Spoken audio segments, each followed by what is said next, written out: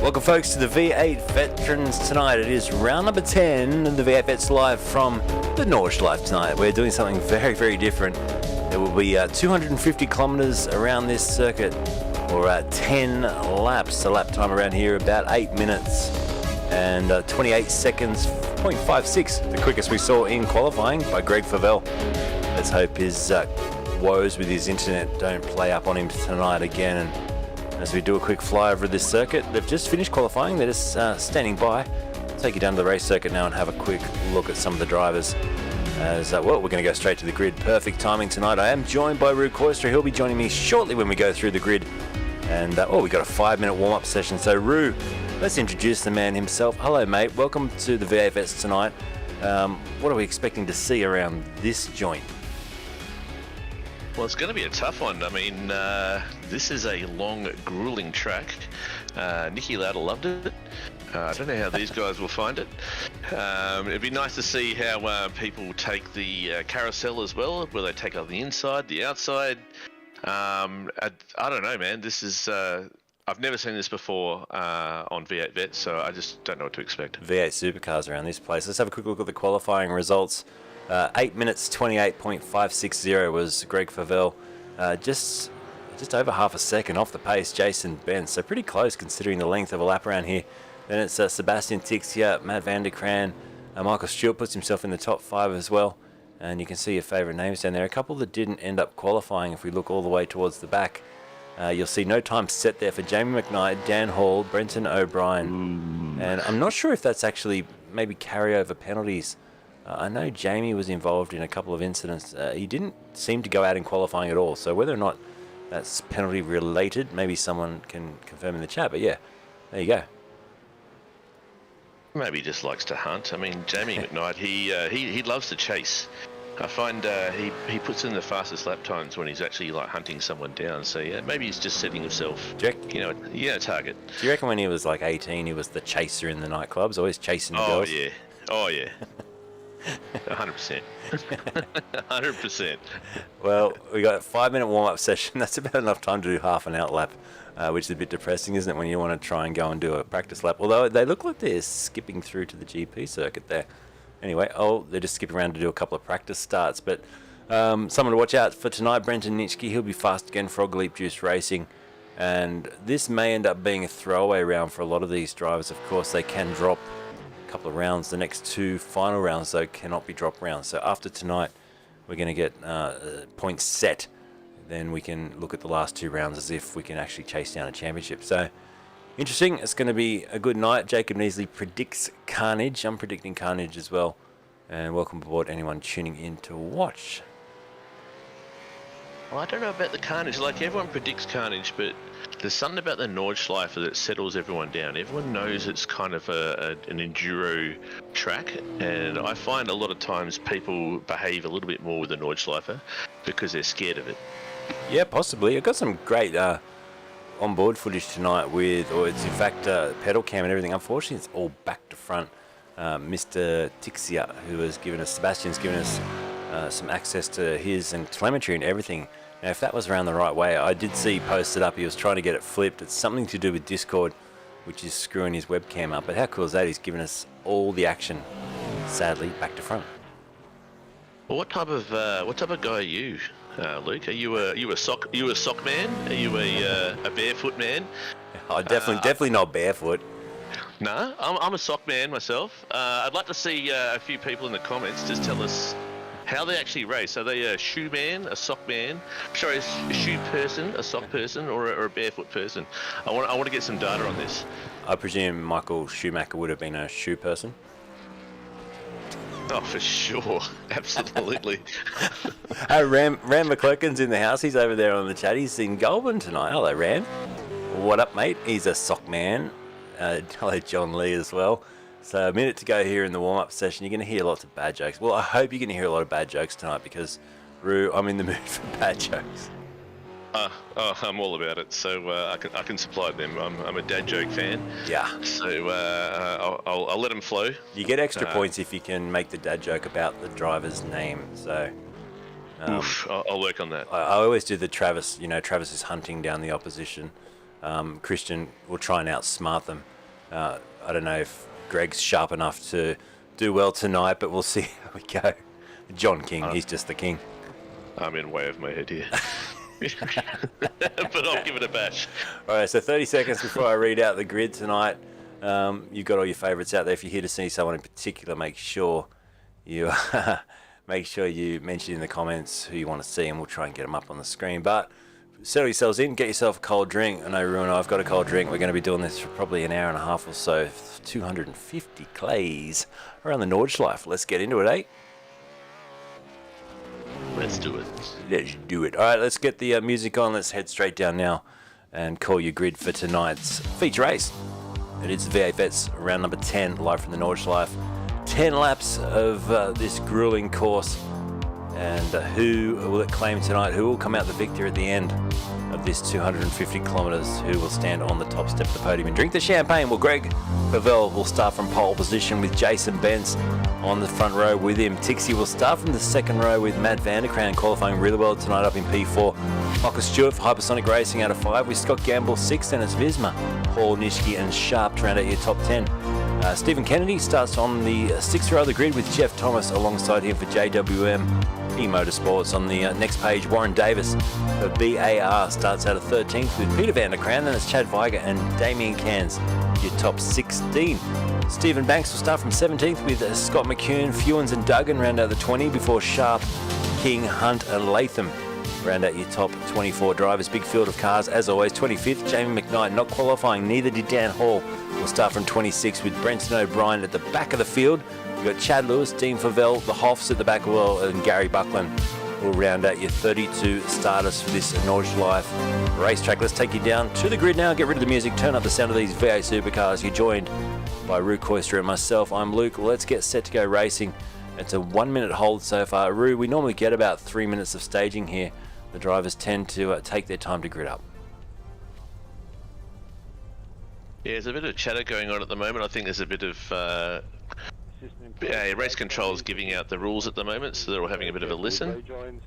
As far as like people like joining late, I think they're just being show ponies. Really, they're just being. They're just being. Just get happening. To see racing.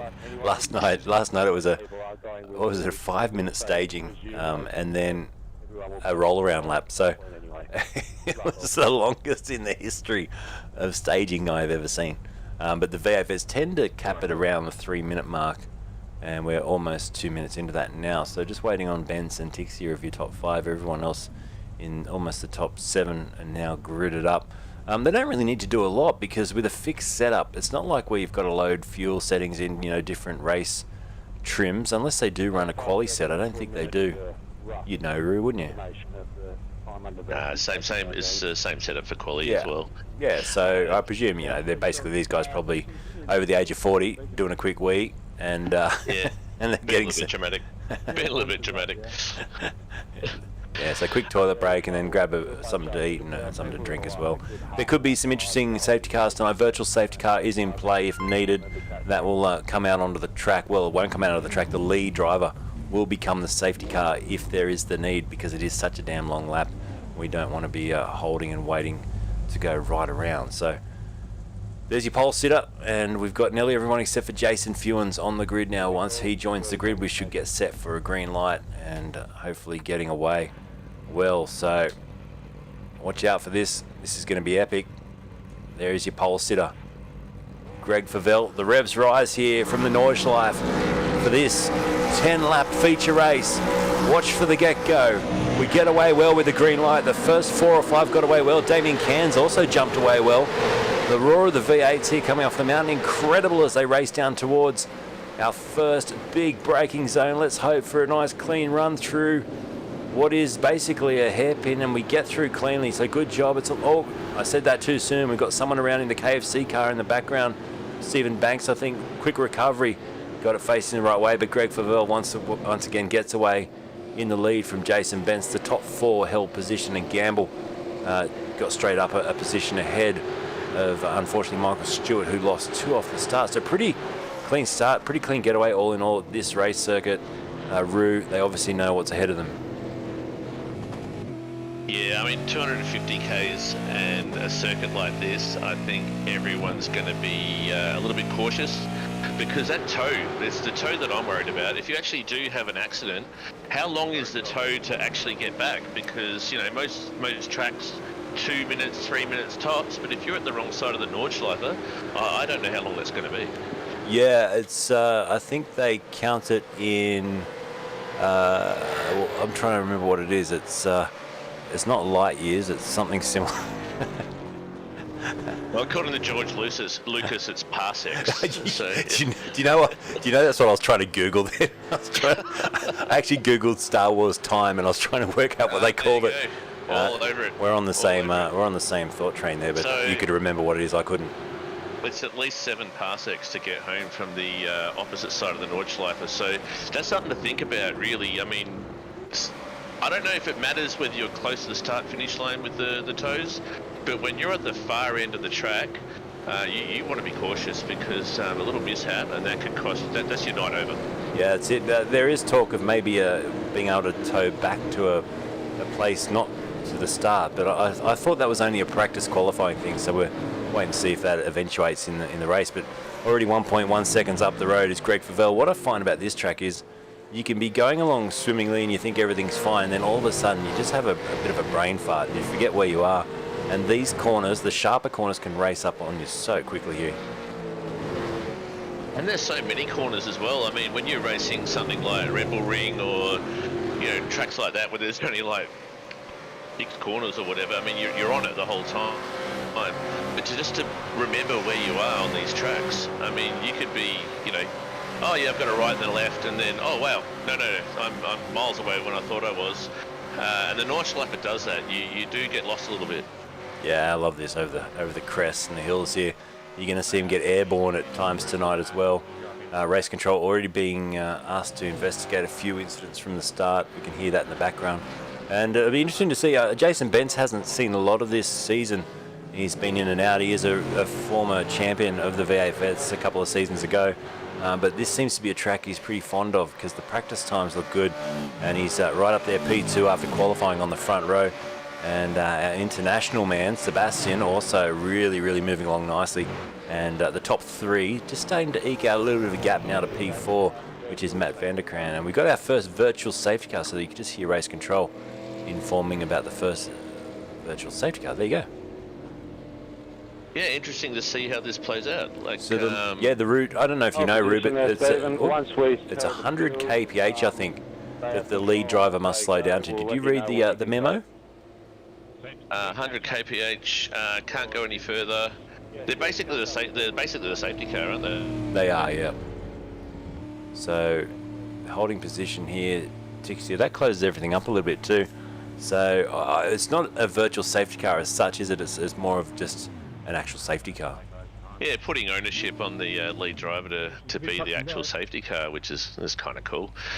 Now, I'm looking back to see if where McKnight is. He's progressed 5 spots. I tell you, he's done well. Chad Lewis, he's jumped up 10 spots off the start of this race, and Christian Smart, another one who got up 7 positions over the first, I was about to say lap, but hey, we're about, what, a quarter into the lap? No, half a lap. Oh yeah, we've just touched the lap, haven't we? And like, we're 7 minutes into the race and we haven't even completed one. So this is amazing, really, isn't it? Yeah, and I'm not sure how many virtual safety cars we're going to get, but if we get a lot of them, well, we might have to postpone breakfast tomorrow, Roo, and we might still be here at breakfast time. Never postpone breakfast. Well, 2 hour 40 is the race limit time. I'm thinking probably an hour and a half to hour and 3/4. At this sort of pace. Greg Favell should be given the green flag shortly by the sounds of things, just trying to listen into race control in one ear at the same time. Alright, Stephen, you're free to tow. Okay, so that's a tow. Did you hear that? That was, I'm not sure if you're hearing the... Oh, there it is. So Stephen Banks is on his lid. Let's have a quick look at a replay on this one. So Stephen Banks was with the racecraft car there. Oh, they got into each other. Big impact. And there's the replay why we went to our first virtual safety car. Stephen Banks was skidding down on his lid. So that's that answers that question. And literally opposite side of the track as well. So I'd like to see what his actual tow time. So because he's back in the actual pits. Yeah.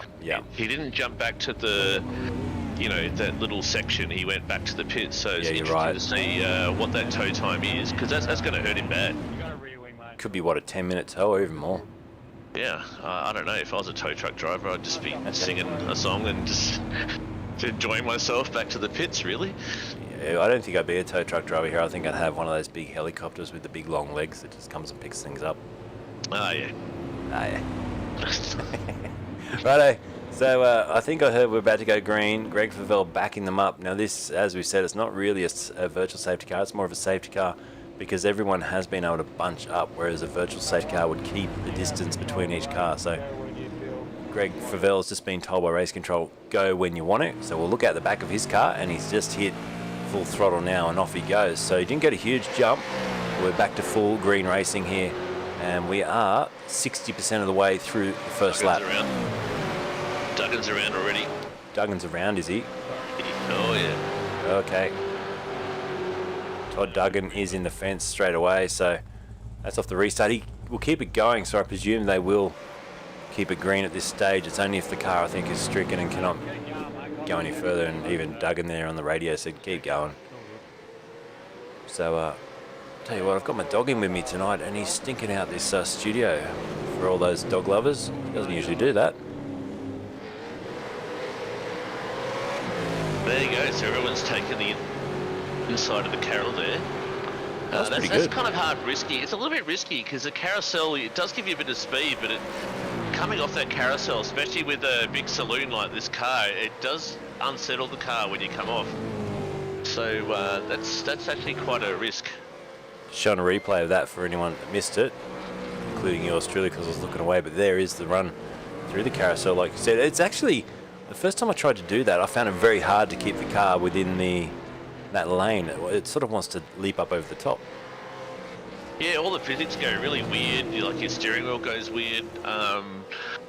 As long as you're used to it, I suppose you can get through all right. But it's coming off the carousel just when the car is unloaded. It's just a bit light. I just find that the risk with the carousel, especially the second carousel, which they're coming up to shortly, probably the next minute or so. I don't see a lot of advantage taking the second carousel because it's quite short, and the advantage you get from that bank turn is minimal, especially with these big cars. So it's interesting to see who will take the inside and who will go around on the flat tarmac. Yeah, for sure. We're looking at this top two battle. Sebastian's just been left behind a little bit. Van der Kran's impressed me tonight. He's, you know, up until tonight, I haven't really seen him battling up in the top four. He's right there and holding his own. Scott Gamble, who's been winning races left, right and centre as this season unfolds, just loses the back end slightly there, but he's in true form. And I guess, you know, anyone that can race around here and complete a lap around here has spent hours learning this racetrack.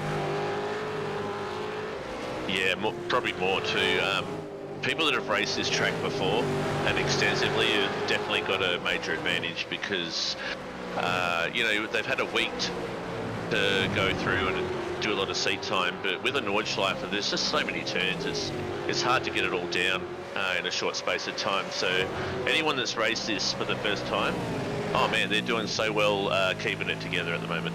Yeah, and just learning it in sections can take forever. We're right on board here with Jamie McKnight for a little bit. We're going to see the top speed of this V8 Supercar. He's getting a tow here. Surprisingly, we're still under that 300 kph. Now he's going to get a bit of a run.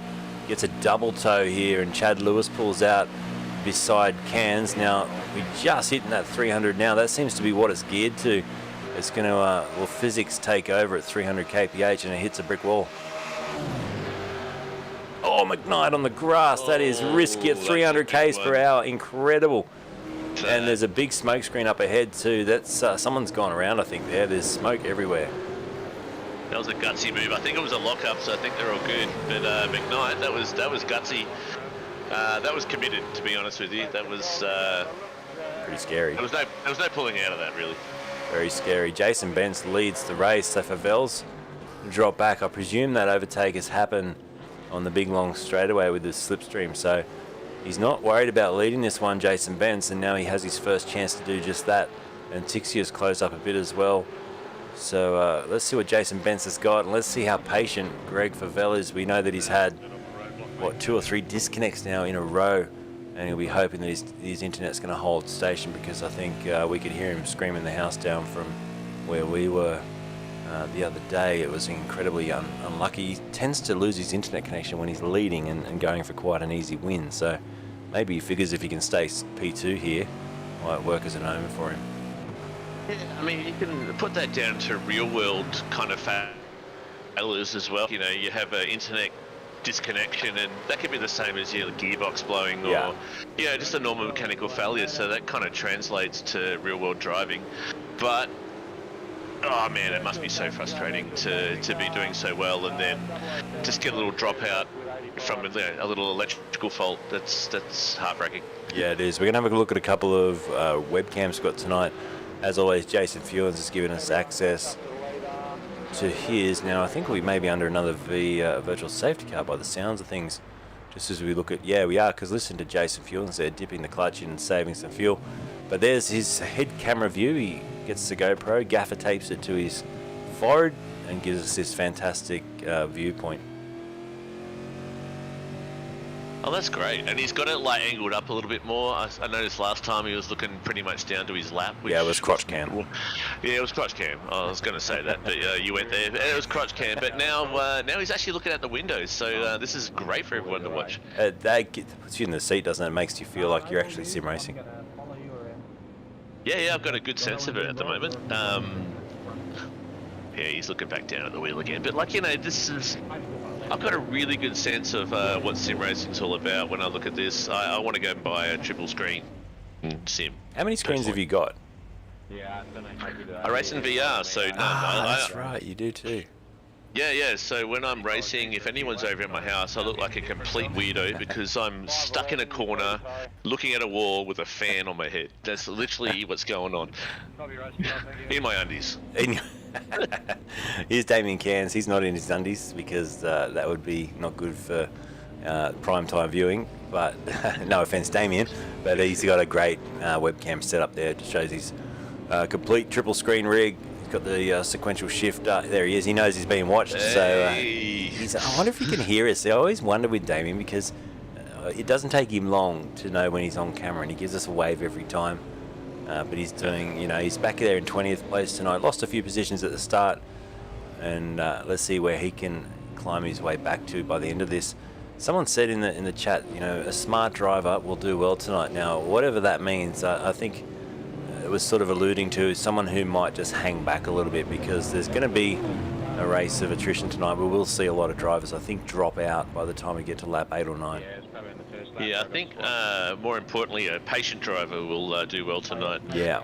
And I just want to make a comment about before, just like every driver that's driving gets like the cam on and recognise that they're on, and give us a little thumbs up. I have no idea how they can concentrate on a race, look at their timing, and see that they're actually on cam at the same time. I'm on VR and I shut everything off and I still hit the wall. These guys have so much going on, and they've got that little bit of time to go, hey, hi mum, and I think that's incredible. There's actually a lot going on there. There's the HSR driver, Michael Stewart, on your screen right now, and he's got the VR on, so the VR headset. You can see basically what he sees on the screen to our right, his left, and another pretty cool setup. He's got the race boots on, so he's obviously a boot man. He's a boot man.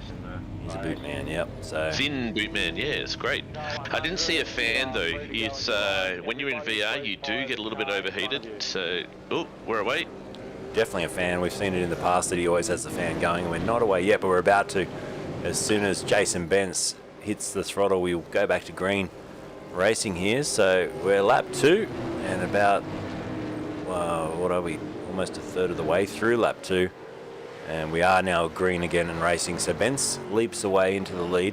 Tixia and Favell go with him. Further back in the pack, I'm just looking at Christian Smart. Still only 10 positions he's made up. Chad Lewis as well, 10. Both those drivers seem to have, after progressing through the field, just stalled out a little bit now. So let's see what they can do in this next phase. There is Christian Smart on your screen now, chasing down Greg Sharp's Coda Sim Sports car. So hey, there's a bit of chat out there. They're chatty tonight, this group of guys. They are, and it isn't a menacing chat. It seems to be all above board. I know there's a lot of big personalities out there, and the chat can get quite heated. Oh, Tixia's off, Roo. Sorry to butt in there. No. From P3, he's gone around, and he's now going to have to wait while the whole field goes through, sadly, and wait to spin that car around. And, oh, that will be heartbreak when you've just got to wait. Oh, there's one more car on its way. And now he can light it up and try and flick spin it. We'll go and try and find a replay and see what's happened there. But that's, well, that's put him right to the rear field now. Yeah, and Tixia's doing so well in the last few races that I've watched. He's always been podium or just below podium, and he's like banking those points. Here it is. So this is going to hurt it. Replay. No one around him. So is he just going to get up on the curb? Yeah, just a back end tank slapper. Oh. And then kisses the fence. So that will have done some damage too. Well, just take note, he's a boot man. He's a boot man. He's a boot man. So just record that, boot mans. You can see Get here, their ass around. he goes around and he just loses the back end there. Good shot of the top of the trees, and then around he goes and kisses the wall. So it could have been a lot worse. Lucky he didn't take anyone with him, but that unfortunately puts Sebastian right to the back of the field. Yeah, I think that car's still drivable though. I don't think he'll have to pit. I didn't see any big hits there on the barriers, so he should be all right still. On board with Jeff Thomas, looking forward to Chad Viger.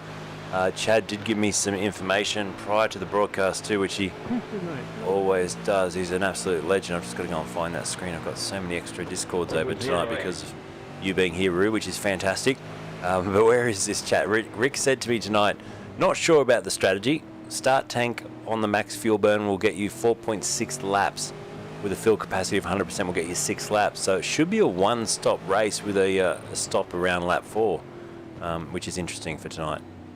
Yeah, that makes the fuel strategy pretty unanimous. Like, I don't see anyone doing anything different. Maybe one lap different. Yeah. Because generally it's been 2 stops throughout this season. Yeah, I mean, like, they normally fuel it pretty well. Like, early days they fueled it so there wasn't much of a strategy, and then they gave people a bit more choice. And now there usually is quite a window where people can go early, people can go late. But with a lap this long, I don't know how much strategy there's going to be. I think it's just going to be hell for leather. Yeah, we're on board with Scott McCune. He's got the full motion racing rig. It's a great setup, this one, and he's currently just trying to keep with Greg Sharp, who's just up the road. Now he's gone on the grass. They're those little mistakes you can make here that just, cost you a lot of time, and you have those little brain hiccups, I call them, where you just go, oh, it's that corner, that's right. There's one in particular, this little sharp dog leg that goes to the right and then straight back to the left. That, I always send it straight over the top of that. Oh yeah, I know the one. But a lot of where they are now, and just this kind of the second half of the lap, a lot of these off tracks, there's normally a little bit of I don't know what it is, it's some kind of concrete kind of like tiling on the side of the road, so they kind of get away with it. You can almost have the whole car over the top of it and still have traction, still have drive. Yeah, I love it through here. It's so fast as Travis Hunt gets right up over the curb there. It's so quick. And it's such an exciting track to drive. I've done a few laps around here just in the Porsches. I always loved just the way they hung on, especially the RSR, but you got to know this circuit to really capitalise on getting a lap time. And these guys, I think the RSRs probably do this lap in, I don't know, around seven or something, mid-7 minute mark. But you got to remember these lap times we're seeing today have got virtual safety cars in them, so we've seen a best lap time of around 10 minutes at the moment. That's not relative of what they could actually do. Well, apparently you can do that in a Bedford bus. Probably. Yeah, like I've seen the video. Apparently you can do the Nordschleife in a Bedford bus just on 10 minutes. Crazy. Is that V8 Bedford, or that twin turbo thing? No, it was just a Bedford bus. It was, I can't remember her name. She's a German racing lady who, she was on Top Gear or something like that. Oh yeah, she passed away a few years ago. Yeah, that's exactly right. And she told the commentators, like, I can do 10 minutes in a Bedford bus. And I think she actually missed out by a couple of seconds. But, what's a couple of seconds, really? She proved a point. And, yeah, There's actually, if you look up YouTube, you can watch Nürburgring Best of Vans and Buses, which I would show a snippet of, but we all know what happened last time I did that. I'm so into that. Oh, there's a big pile up. We'll just look back at who that is. It's Damien Cairns. Oh, and Cairns just collects John Latham, who gets into a big sideways drift. Latham, good car control. But yeah, there's 3 or 4 cars involved in that little melee back in the pack. Now Latham's run wide again, maybe redressing a position. But yeah, a bit scrappy there. Look at the damage as well on the left-hand side of the racecraft entry. Yeah, and it's so early in this race too. I mean, they've got one. Have they got one fast repair on this one? I would hope so. Yeah, I would hope so too. So 1 fast repair, and I mean, you know, a lot of these guys may use it up early if they're going to be bashing around like that. New fastest lap of the race, 10 minutes and 1 second. Dean Favell back in 28th position. So it's yeah, it's going to take a while for us to actually see a fastest lap. We might get it on this one if we get a clean full green lap. But hello to everyone tuning in. We've got a few people still saying g'day, and I haven't caught up with all of them, but Christine's here, Christine Cairns, Deborah Favell's here to support Greg once again. Matty Wynn's in the house, Keith Logan, Mikey Harlan there. That's been a long time. Mikey says shout out to the pros on OnlyFans who do it with ease. I don't know what that's about. Yeah. I wish I knew what that was referring to. That was 7 minutes ago. What were we talking about 7 minutes ago? I don't know, man, but like, you know... Doing it in a Bedford van. Doing the Nordschleife in a Bedford? I don't know what it was. Yeah. Oh, yeah, you do you, bro. You do you. Oh, man. Here we go. So let's have a look at Michael Stewart. We'll jump on board with him for a bit and bring up his race cam. Working really hard. He's got the bin, the blade for Balin slogan, of course, there, which is a really worthwhile course getting behind. And I think they're doing a 1,000k race soon over there on TaipanEvents. So definitely something to check out. They're going to raise money for Bin the Blade for Balin Foundation. So that's a really cool thing to get behind. It's on LR eSports, who are doing the split 2 of the V8 vets right now. I think they do replay it tomorrow night. And of course, a shout out to the other broadcaster, WKMP, which is John Van Ree. That's got a nice ring to it. WKMP with John Van Ree. Yeah, how's he doing? I know he's got a new rig, he's got a new computer, and he's putting out there for the vets. Yeah, he's doing a great job. So they're well looked after, and we're watching Jason Bentz, who at the moment is holding a half-second lead. They've dropped Gamble, who's in P3, by just over 7 seconds now. So Scott Gamble has a little bit of a margin between himself and Van der Kraan. Visma and then Stewart quite close to the back of Van der Kraan, and then another big gap back to Stewie Hall for Nova Motorsport. He's all by himself before you then see Nitschke, Sharp, and then Nick Minute McCune back in 10th place. Yeah, and Gamble can probably have a little bit of honestly, he can sit back a little bit because he's leading the field in the series by I think 110 points. So he's just got to bank him at this point. And this is a guy who, you know, came in, was it last season in Split 3. For 3. Yeah. Got promoted to 2 quite quickly, and then just went, hey, let's put you in 1. And here he is leading the series. So yep. he just has to relax, sit back, and just bank these points down because, you know, if he just keeps his head straight, he doesn't have to push. He just has to be consistent. Yeah, no, he does. He's been driving so well. I've been watching him for years with his point of view broadcasting that he did back in the day.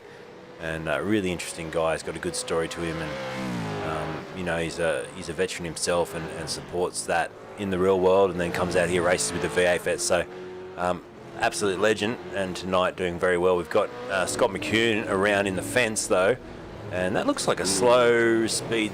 Oh dearie me, that's a bit of an unsafe rejoin there. You could hear Jason Fewens just say whoa, and Travis Hunt then backing him up with that was close.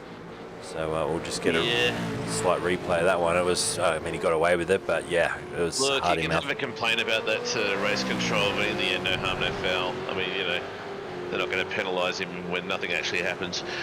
Maybe a warning, but like, I think he did well with that rejoin. Yeah, he didn't wait for the whole field to go through, which was good for him, and you can see there was the spin around and back on his way he went. So, yeah, Jason Ben's still leading. Let's just recap what we've seen so far. And a couple of the drivers that have lost out big time. Stephen Banks involved in an incident early on. Todd Duggan as well turned around. Sebastian Tixia, unfortunately, after being in P3 for the first lap or two, is now all the way down in 27th place. So they're the three probably biggest losers that have dropped a lot of positions in this race. So unlucky for them. Let's see if they can somehow fight their way back into it, though.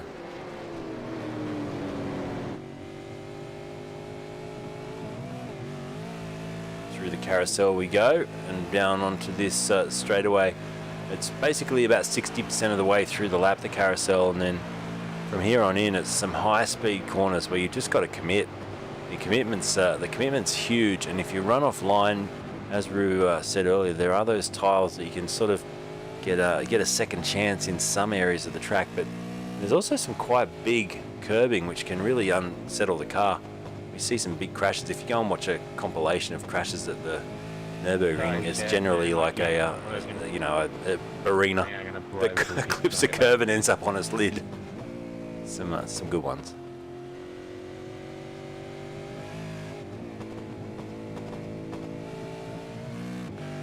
I reckon Rue must be making himself a drink, is he? How we going? Hey, we're back. He's back. I think you must be making yourself a drink.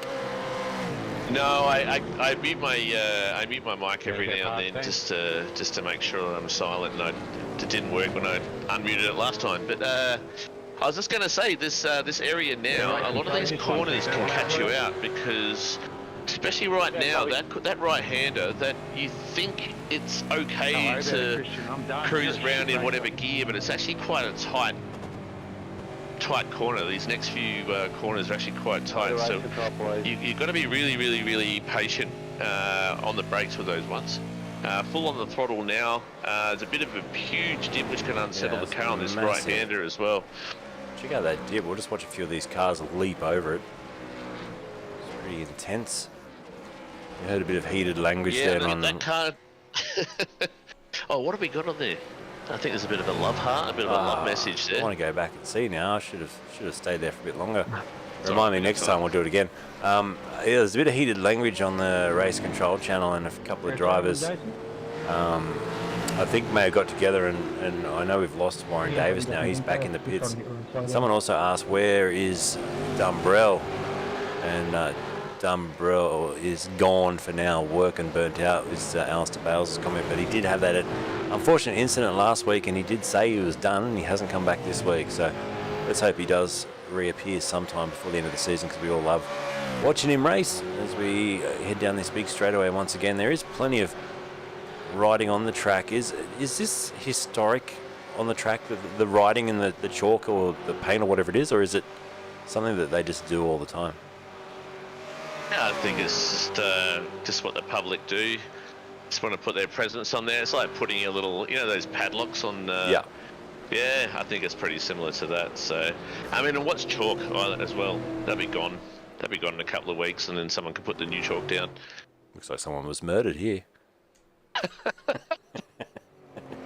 While doing a Michael Jordan airwalk. Yeah. So Jason Vance leads the gap just over a second. He's just done a fastest lap of the race. Now we see something actually worth writing home about. It's an 8:33, so 8 minutes 33 seconds is the fastest lap of the race now, which is only 6/10 quicker than Favell in P2. Scott Gamble still sitting in third, 8 seconds the gap. Let's have a quick look at the track map, which we haven't seen yet, and it's a huge track map.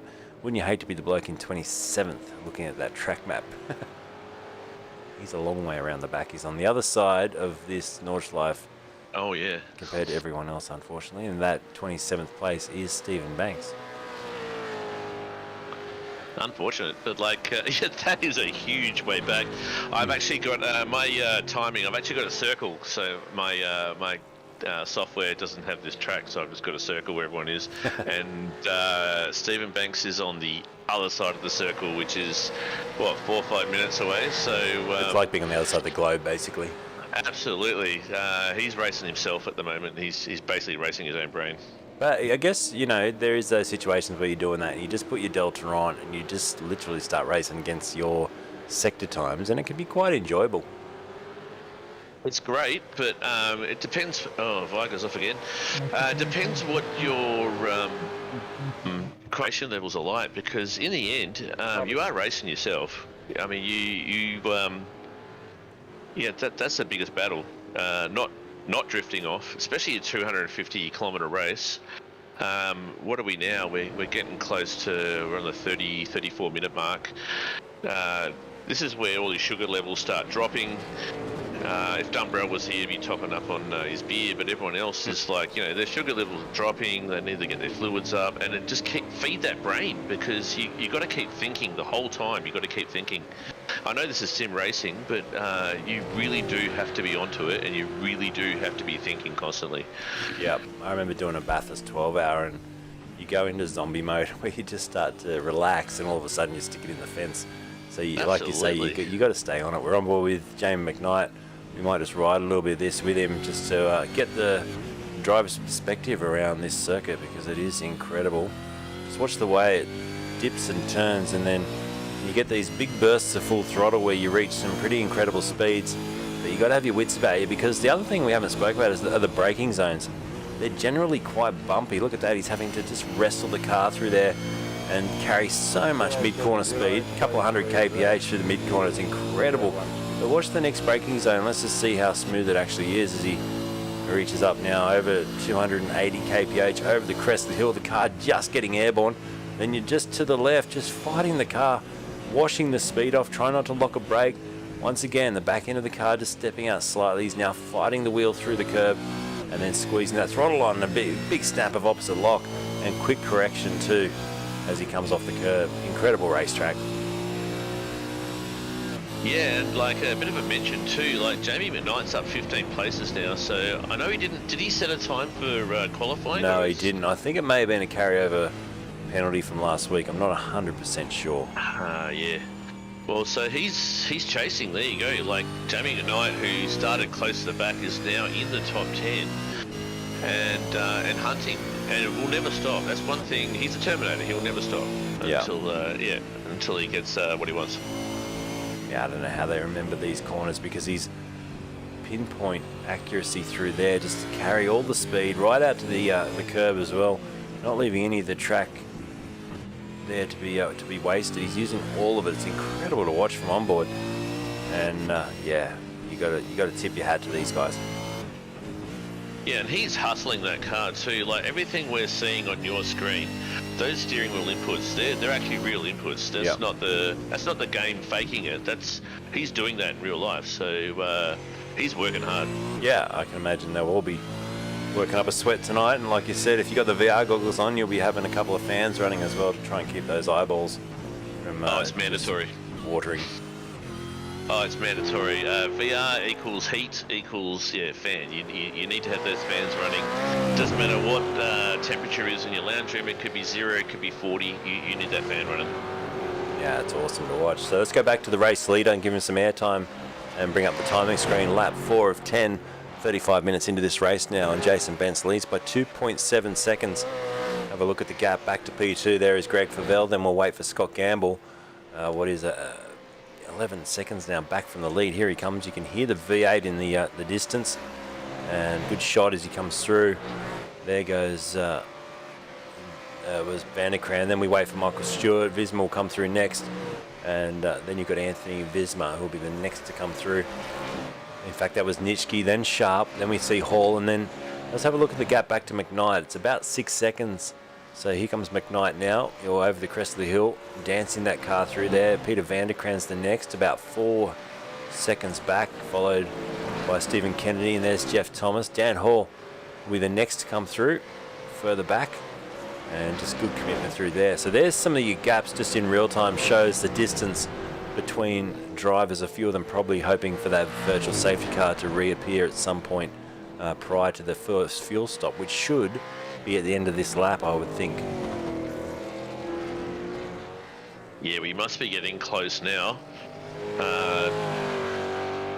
Whoever like pits first, I think everyone's going to go in. I don't see anyone doing a lap after this, because what is it per lap?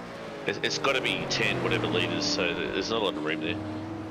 Yeah, well, it was Rick Vigers or Chad's comments did say that they could only get the 4 laps out of that first tank of fuel. They've always got a limitation, a small limitation on what they start with. They can then put more fuel in the car for the pit stop, which would get them the 6 laps to the end. But this, I would not think anyone would go beyond this 4th lap before going in to put some fuel in the car. Maybe. Give it night. You know what he's like with fuel. Yeah. I don't know. He does that car. Like he's driving the arse of it. Let's be real. He's driving the arse of it, and I don't understand how, but he always gets that extra lap. Yeah, somehow McCune. Oh, off the track, and John King straight into the back of him. Mate, I tried to avoid it. It was a nasty little one. It's done some damage to the front of King's car, and it will have punched the back right-hand corner of McCune's car in as well. He looks like he's done 14 rounds of the speedway tonight in that car. 88 litres was the starting fuel, says Stephen Murray, which, big sideways moment again from McCune. So 88 litres, 4 laps around here. Sounds about right. Yeah, I reckon they'll be coming in now. I'll be surprised if they come in on lap 5. So they're just coming towards the end of the lap now. We'll go up to your race leader and see if he's going to pit. This is Jason Bence. We'll jump on board with him and let's see where he goes here. So pit entry, I'm not 100% sure even where it is, because it's on the, is it on the GP track? It is, isn't it? Yeah, he's here on the right. Has he right. missed it there? Has he gone straight past it, or is it up further? He has. No, he's gone past it. Yeah, so he's going continuing another on. lap. There you go. That's committed. There you go, and he's done a new fastest lap there in 8:32 now. And continues on. Let's see if anyone else comes into the pits. So far, it looks like they've all stayed out. Gone with them. I wonder if that virtual safety car has just let them save a bit of fuel there. Just did that 1 extra lap. There's someone going in, Visma, I think. Yeah, so There you go. Anthony's gone in. What about Nitschke? He stays out. So far, out of the top 10, only 1 car has gone in the pits. Let's see what Jamie does, because he's been hustling this car. Let's see if he needs fuel. He's also stayed out by the looks of things. Yeah, no, there's no way Jamie is going in. He's the last of the pitters. Vanderkran's in, so he's come in from 12th. I think he's currently in, and will drop down the order as everyone goes past. So 2 drivers in for a pit stop. Your race leader continues on. Lap 5, almost at the halfway point of this race. I wonder what the undercut's like here. Yeah, well, that's another thing to watch, I guess. I mean, it's a huge track, so I don't know if that actually means anything. You have a couple of incidents, and you've ruined your undercut. But if you nail it, it's actually probably quite strong. I went to the hairdressers once and asked for an undercut. How'd that go? No, not so good. Hey, Norman Robinson is saying greetings from the Bermuda Islands. That's pretty cool. Hello, mate. Nice to have you watching. Nice. Bermuda Islands. That's probably the most furthest view we've had, right? Well, probably. I don't even know. Isn't that place lost? Didn't it disappear? Or is that the Bermuda Triangle? No, it makes stuff disappear. You want something gone? You call the Bermuda Triangle. The Final Countdown, still one of my favourite old school movies, when they sail the battleship into the time warp in the Bermuda Triangle. It's incredible. How good was the 80s? Stephen Kennedy, well, everyone in this series was born in the 80s or beyond, so it's perfect. Yeah, it's perfect. Yeah, they all know what we're talking about. Yeah. Bent's down to 1.8. 1.5 now is the gap. So we've been going for 42 minutes now, and he's not doing it easy. He's still got Pavel in contention. He's still if he makes a mistake, Pavel's all over that.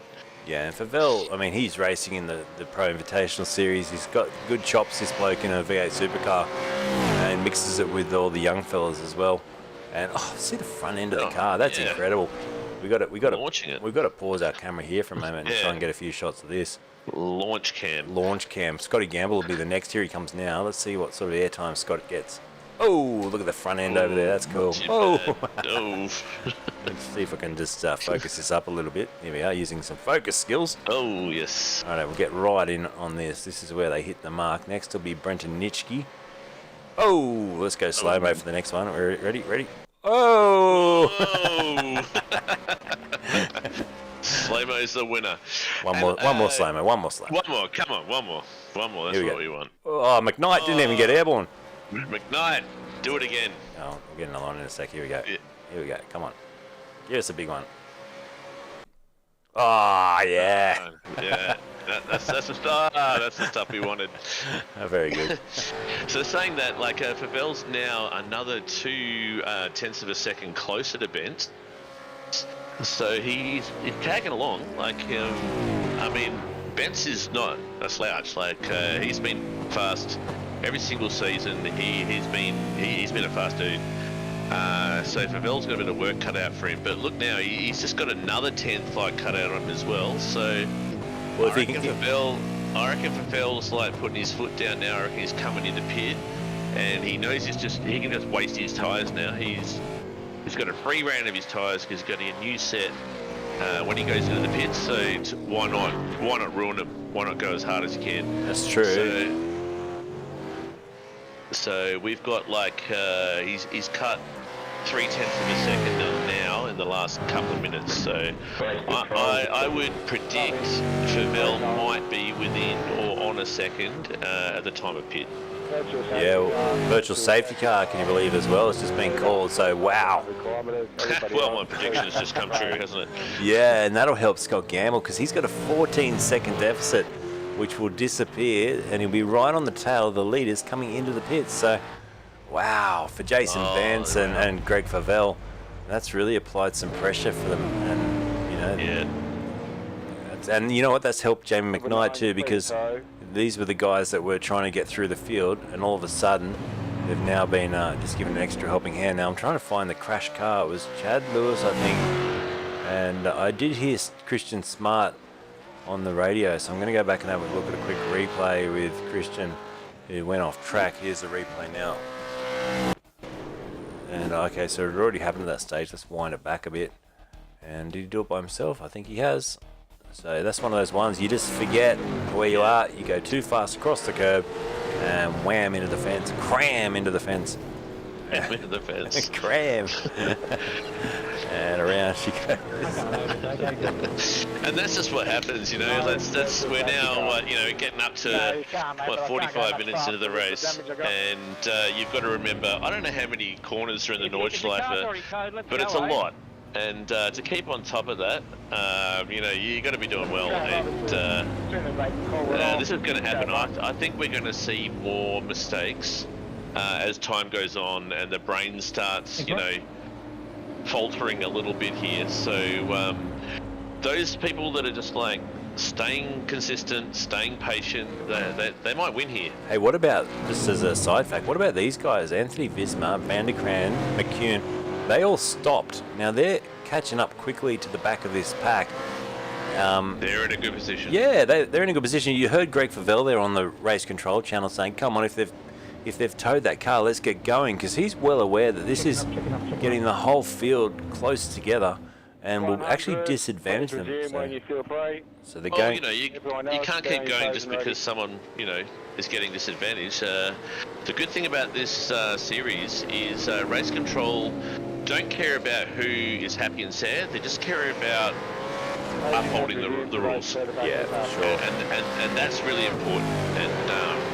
And yeah, some people are going to be disadvantaged, some people are going to be fine. But in the end, who's pitted and how far back are they? Well, Anthony Visma is the top car, and he's only 33 seconds off the lead. 29 seconds, yeah, 30 seconds back. What's a pit stop worth? A pit stop worth like a minute. Yeah, 39 stationary, so probably about 45 in track time. He's going to jump into the lead of this race, Visma's doing well. I think Visma's doing well. When there's one pit stop, are they going to have one or two? Just one, race? By the looks of things, because they can put more fuel in for this first stop. Absolutely. When there's only going to be one pit stop in a race, it's in everyone's best interest to do it as soon as humanly possible, because if there is a safety car, you literally automatically get promoted. So, two stops is a different kettle of fish, but one stop, you got to pit as early as you can, and it looks like it's going to pay dividends for Visma. Yeah, I'm keen to see how this all unfolds in the next couple of minutes when they come out of the pits. So we're going to see Benz, Favel, Gamble, Van der Kraan and Michael Stewart lead us into the pit lane, but coming out the other side, I'm predicting we're going to see Visma, Peter van der Krans, Scott McCune, and possibly even Chad Lewis leapfrog the whole field. And guess what? It also brings Sebastian Tixia back into this, because he did stop. He did stop at the start. Now he's further back up the road. He's about 13 seconds behind Chad, and in fact he's about 50 seconds behind Peter van der Krans. So I don't think it's going to bring him anywhere. You know, I'm going to take a gamble here and say he's going to jump up to probably 15th place or so. See how that pans out for him as well, because it could just be his lucky charm to get him back into this. Yeah, I mean, I've got it on my timing. I've got him as pitted. Yep, he has. Yep. He might have another. He might have another one though. I don't know if it's all going to work out. But if he can get home from here, he's going to do really well. Well, he was in the pits for a long time, a minute and 18 seconds stationary. A minute 45 was the actual transit time in the lane. So anyway, let's just watch these guys now. They're coming up towards the pit entry at the end of the lap, full speed. Look at the way they race through there. It's incredible. They disappear off into the distance. Those top three in particular, they're well aware that maybe all the hard work they've done in the first 45 minutes of this race has just been disadvantaged by that virtual safety car. So here we go, into the lane. Oh yeah, they know. And that's it. And that's half the problem here, is they're going to be possibly driving angry. So that's going to be an advantage to everyone behind them that's going, woohoo, you know, we just got promoted. Yeah, there's Anthony Visma. So let's just keep an eye on him. He is our top driver that has stopped back there in 19th place, and he's now coming up towards that start-finish straight. And I can tell you right now that for Vel and Benz, they're only 4 seconds stationary. So they've still got about another 20 seconds or so or more to pump fuel into that car. This is definitely going to put Anthony in the lead. Yeah, this is going to be close. You can see it. Look at that. All those cars stationary in the pits. Well, Anthony's going to have quite a huge lead here. He's just going through turn one. We'll stay with the overhead camera because there's no one else even close to him. The next one that's probably going to leapfrog everyone is this man, Peter van der Kraan. He's coming through down at flat out. I can tell you Benz is still up on the jacks, 36 seconds into fueling. And Peter van der Kraan goes up into second. Benz just leaving the lane now. And he comes out, E3, 25 seconds behind the leader. Yeah. That said, another virtual safety car and that whole lead is gone. And it's all gone. But if not, you know, we're 51 minutes into this race now, and what are we? 20? You know, he can almost relax. Almost. Yeah, almost. But yeah, let's have a look at his 20 seconds. Yeah, his best lap time though is at 8 minute 38 now. 6 seconds faster best lap time for Jason Benz. So Benz 8 minute 32 for Vel 8:33, Gamble 35. So what are they? They're knocking back what? Let's say we're knocking back 4 seconds a lap. How many laps we got left? 5. Mate, he's looking good. He's looking good. It's going to be tight at the end. I reckon there'll be a few fumes in the cockpit of for Vel and Gamble and Benz right now as they see what's happened with that virtual safety car. But hey, that's just the way it is. The way it goes. Alistair Bale says we're going to see a Benz charge with caution to the wind. That's his prediction over the next, probably half an hour of racing. So let's keep an eye on that. We'll go back a little bit further to see Brenton Nitschke. He's in a battle with Scott McCune and also behind him Greg Sharp. And further back from them, Travis Hunt just chasing down the M1 Racing Stephen Kennedy car for 15th. So we'll try and leapfrog through, as he goes wide through there, leapfrog through a few of the lower order drivers as well, just to give everyone some airtime tonight. But Hunt trying to get an overlap here and will do so. They probably know this part of the circuit well. This is part of the GP circuit. So you get down here and it's like, that feels better. Now I know what I'm doing. I know my 13 corners. Yeah. And Travis Hunt, he's actually got a bit of pace.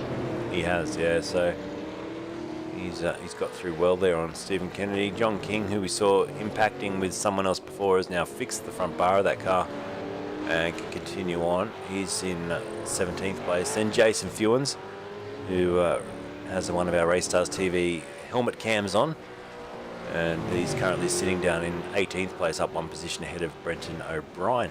I don't think I've even spoken about Brenton yet tonight, but he's there in 19th place, making up 8 positions since the start. So just picking them off one by one and moving forwards throughout the order.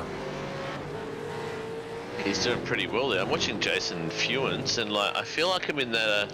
Do you ever go to Cinema 180 when you were a kid, and you you went to the grounds and you had that thing, and they projected like a movie, and you like swayed and whatever, and you wanted to fall over.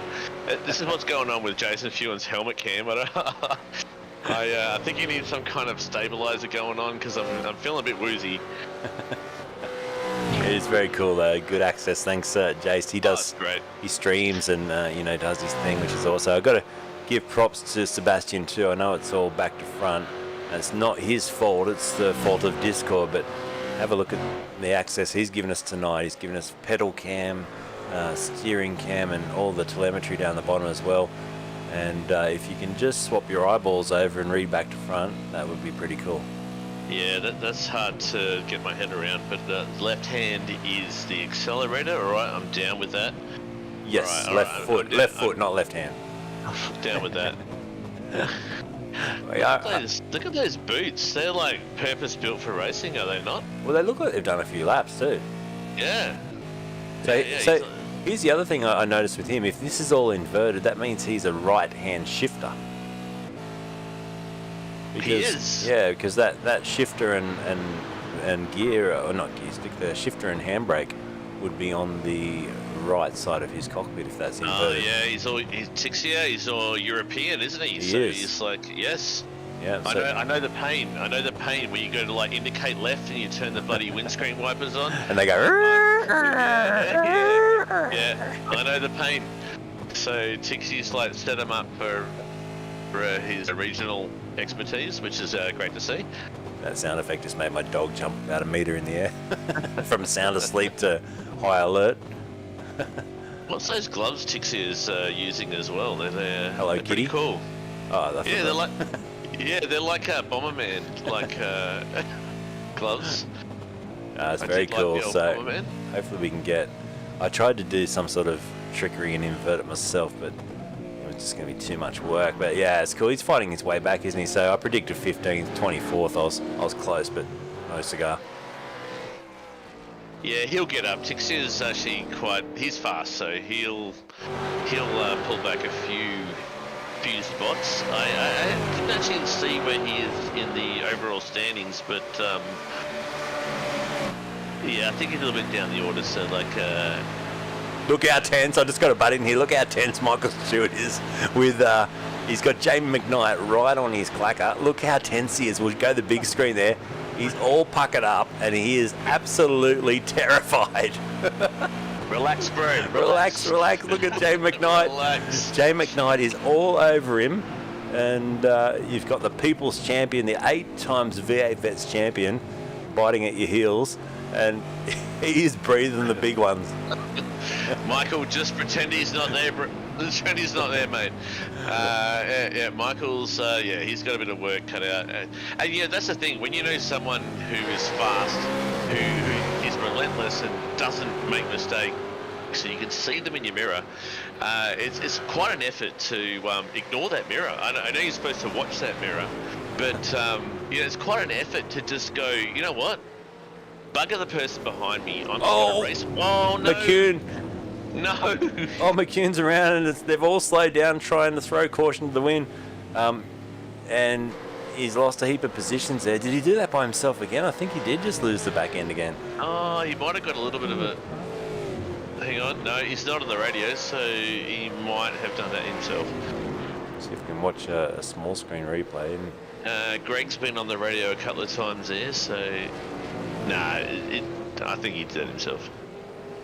They were pretty lucky to get away with that because they're all in such close quarters. Oh, gee whiz, it looked like Greg Sharp just gave him a little tap.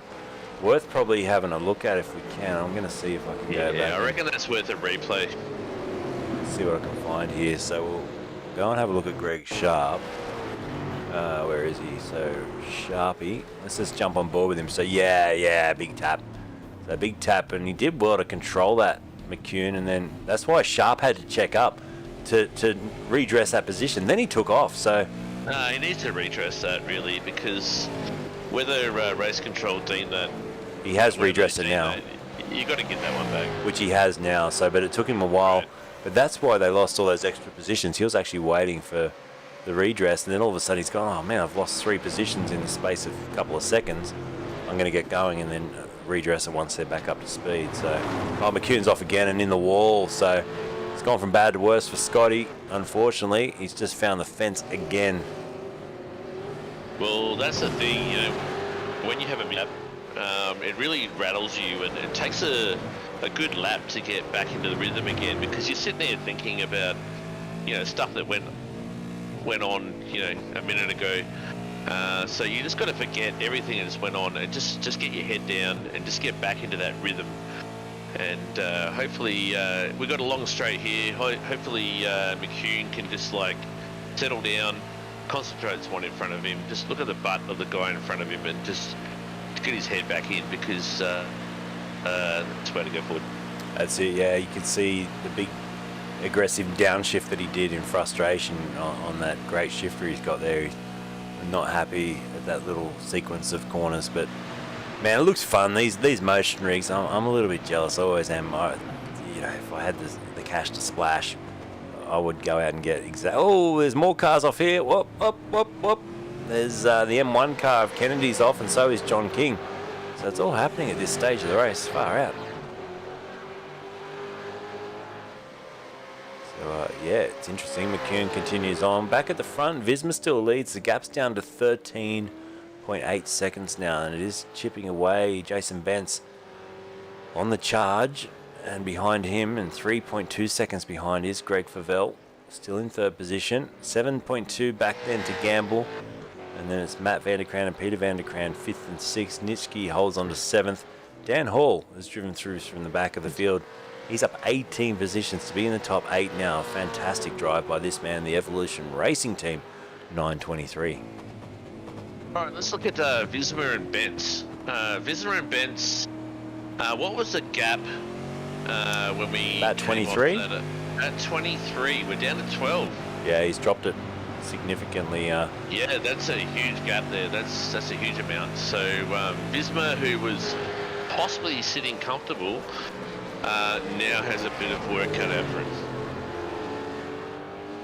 Yeah, he has, and this is stay with this battle for a moment between Nitschke and Dan Hall, but yeah, what, maybe lap 9 he'll be right on his tail if he keeps this lap speed up. Last lap around, it was a 40.2 for Visma and a 27.1, so he took 13 seconds out of him on the last lap, Jason Bentz.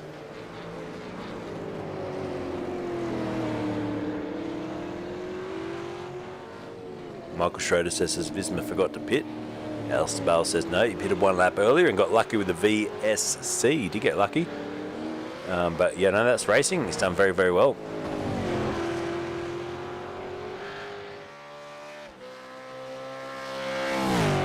And as Luke Holland says, it will only play out the advantage if it stays green all race. So, yep, we've got to stay watching and see if it does stay green for him. That would be fantastic. But we're still going to see a fight. I think a lap or even at the end of this lap, the rate of knots that Bentz is chasing him down, it's down to 12 seconds now. Yeah, we just broke under 12. We're at 11.8 seconds. And it's weird because like Visma's like pulling away from Bentz in certain part of the tracks, and there's like positive and negatives from both drivers. So the net gain is Bentz is back. I reckon a cut of 2 seconds a lap. 2 seconds, 2 seconds a lap. 2 seconds. I'll wait for Visma to go for... I'll wait till I get the timing on Visma's last lap, and I'll be able to tell you the actual difference. But like, of course. I was looking at the actual last lap with him included the pit stop. It was 9 minutes 27 for Bentz. Yeah, so yeah, when we get my bad. Through the next lap, yeah, we'll get the actual difference, and Bentz is still pulling it back because he's down 11.5 seconds. I mean, the first time we spoke it was 12, it's now 11.5. It happened in not long, so I reckon Benz is chasing down Visma, and I reckon it might actually be a challenge towards the end. Yeah, it will be good. This is busy back here. Jeff Thomas is chasing down McCune. You got Greg Sharp and Fewens in front as well. Fewens was all out of shape through there. And check out Greg Sharp in the Penrite car as he tries to close it in. And yeah, there's these little micro battles going on everywhere. Jamie McKnight's in 11th now, so he's on the back of Stuart Hall as well. And this little sequence has Stewie Hall, Michael Stewart, then Stewie Hall, then McKnight and Damien Cairns. Who let's put the timer on, see how long it is before Damien gives us a wave, and can he do it through this twisty part of the circuit? We're testing his skills here. Usually takes him within 5 seconds to give us a bit of a shuckers or whatever you call that. He's doing it sideways as well. Here we go. On it, all over it. He's on it. He's all over it. It was about 10 seconds, but we'll forgive him. Quite interesting that you mentioned Jamie McKnight, because he's pitted. He has. He has pitted. So that 11th, that is going to get a huge from when everyone in front of him pits. So he's done the right thing here. I think he's actually in contention. What is he? He's 44 seconds back. Pits, it's a long pit. He's actually going to get promoted quite high up in the order here. So he's not going to have to pit again though, right? When did he pit? Yeah, that's a tough. Yeah, who knows? Nah, he'll be right. I think they're all only going to do the one-stop strategy because they can put more fuel in for the first stop. So I think it's just a one-stopper tonight.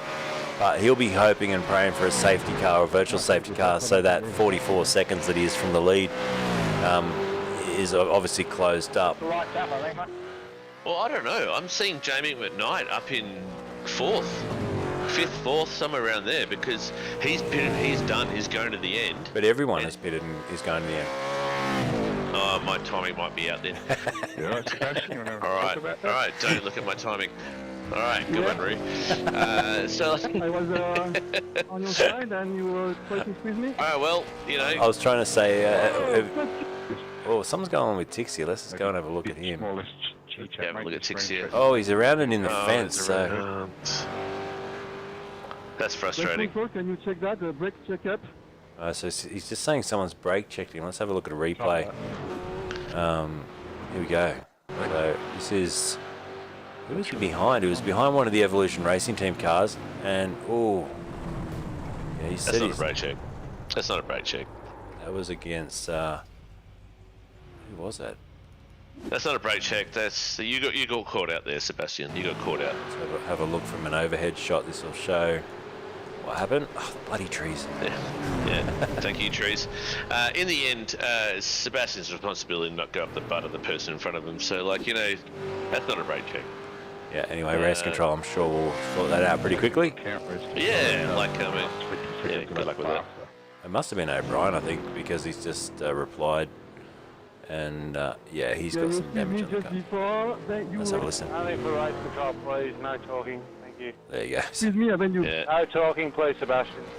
And we also have some on the Discord, so yeah. Know what you're doing.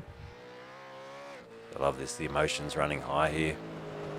So Sebastian's chat has been disabled by race control, so yeah, they've had enough of him. Yeah, he may get in trouble for that too, because they do deem that pretty, you know, when they ask someone to be quiet and then you keep talking, you can find yourself in a bit of strife.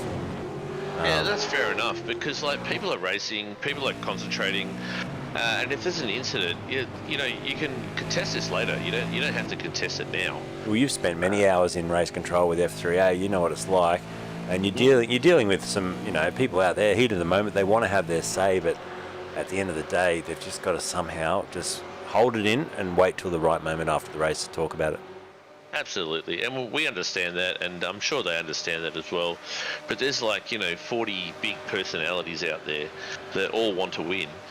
And when something goes wrong, I think there's like, I don't know, 30, 40 seconds of what do you call it, adrenaline that pumps through your veins once something happens, and you got to overcome that, and then go, all right, now what was actually going on, and be real about it.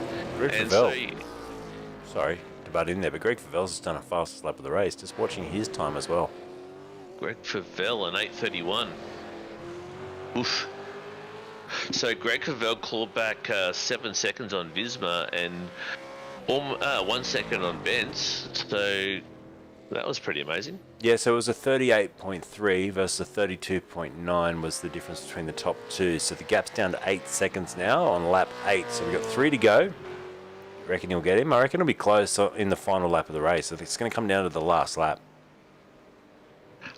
Yeah, I reckon if Visma... I reckon Visma settled down personally. I reckon he's just managing that gap. He knows what's going on. You know, shout out to Stephen Banks, by the way. You're almost you've almost been caught up by the pack, so you know you're not by yourself. But yeah, I reckon Visma's got this. I reckon he's got a level head. The good thing is he's not fighting anyone. He's by himself. He's very clear from everyone. So if he just like holds this together, just hits his markers. I know there's a lot of markers on this course, but by now he's on muscle memory. So yeah, he could have this. Ben I've got my money on Visma. Ben asking what the time difference between Visma and Gamble is. 22 seconds on the track is the distance between them. Last lap around was at 8:38 for your race leader and 8:36 for Scott Gamble. So there you go. Yeah, Scotty Gamble, what, 21.9 on my timing, and that's good thing about Scotty is he's I think he's got the points over everyone here to just sit back and just enjoy the race. He doesn't have to push any issue. Looks like a DNF for Tixier as well. I'm not sure if he was disqualified or if he's just pulled out of this one now after that drama. So unfortunate, No, he's out. So he'll see no more part to this race tonight. But we've got some, once again, good mid-pack battles going on. Stuart Hall chasing down Peter van der Kraan. He's got McKnight just behind him. McKnight, once again, just stalling out in this 11th position. He can't seem to go any further. Did he take too much out of the tyres? The pit strategy shows, you know, everyone basically except for van der Kraan and Visma came in on lap 5. Everyone, yeah, well, the lap 4 guys are the ones that have got the advantage of the virtual safety car and have leapfrogged forward in this race. So, but yeah, McKnight, like I said, just stalled out. P11 can't really impact on Stewie Hall. Stewie Hall's quite strong actually, like so McKnight would have a tough time getting through. McKnight though, he's like I said, he's a hunter. Like he's like a Komodo dragon. He'll hunt you down. And you know, when he sees that you know the battle is too difficult, he'll get himself in the right place to get the maximum points. So I think McKnight's reasonably in a good spot there. I always think about that race at, is it not Canadian Tire? What was the one where you were involved in it? And it was that one that goes around the oak tree. Is that VIR? VIR. And the way he actually won the championship that night, and he was, you know, he was money for nothing going to lose the thing. He was 30th or something, came back through the field. At one point, I think you were being lapped or you were there and you didn't let him through or whatever it was for position. A few words were exchanged. Position. It was for position. That's right, yeah. I'm like bugging you, I don't care. You can get around me.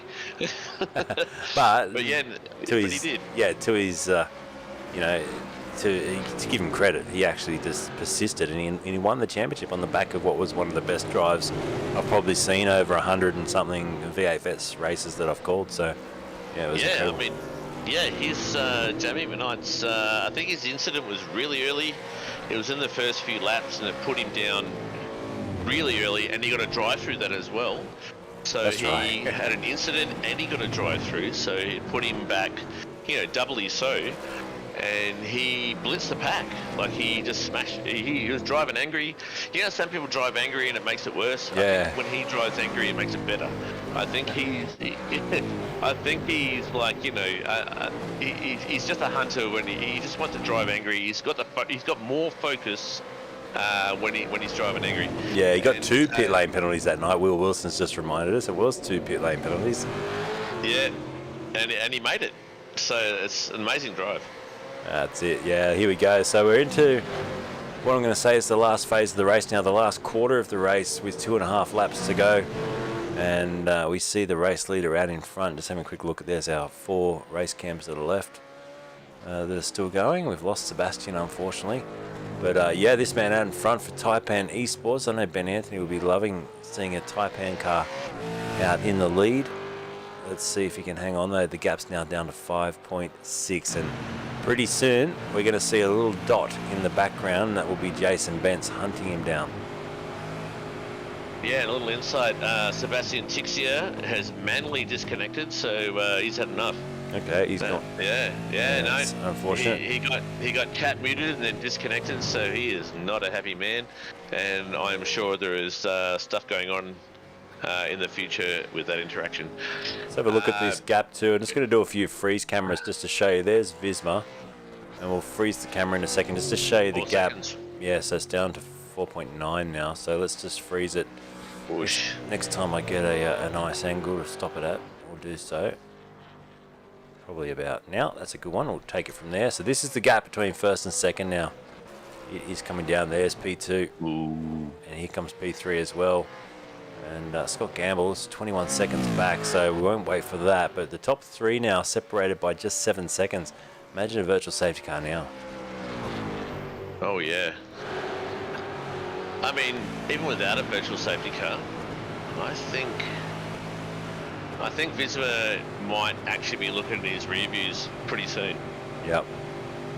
Yeah, look at this too. This is Greg Sharp on the back of Jason Funes. We've got a car around up the road. Oh no, not around, but Damien Cairns just went for a little bit of a excursion. He's come back onto the track. Still holds onto it. Oh, and now he's in the fence. We saw that. Big hit in the fence. That's done steering damage. Look at the orientation of that steering wheel. Looks like a bit of left hand down, does it? Yeah, it's Yeah, a little left hand down. And oh dear, it's yeah, he's struggling to turn the car. It's gonna hurt him. Yep.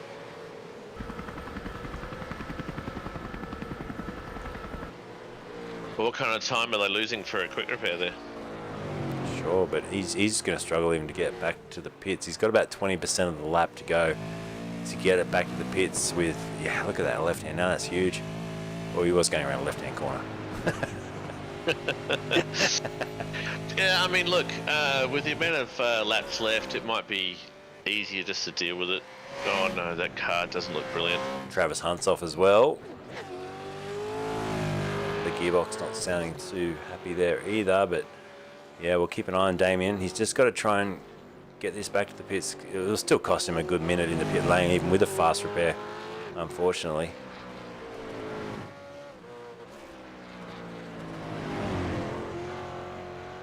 So Yeah, no call for a virtual safety car. No need, of course. Alright, so what do you got as a matter of car manufacturers? It's like Commodore first.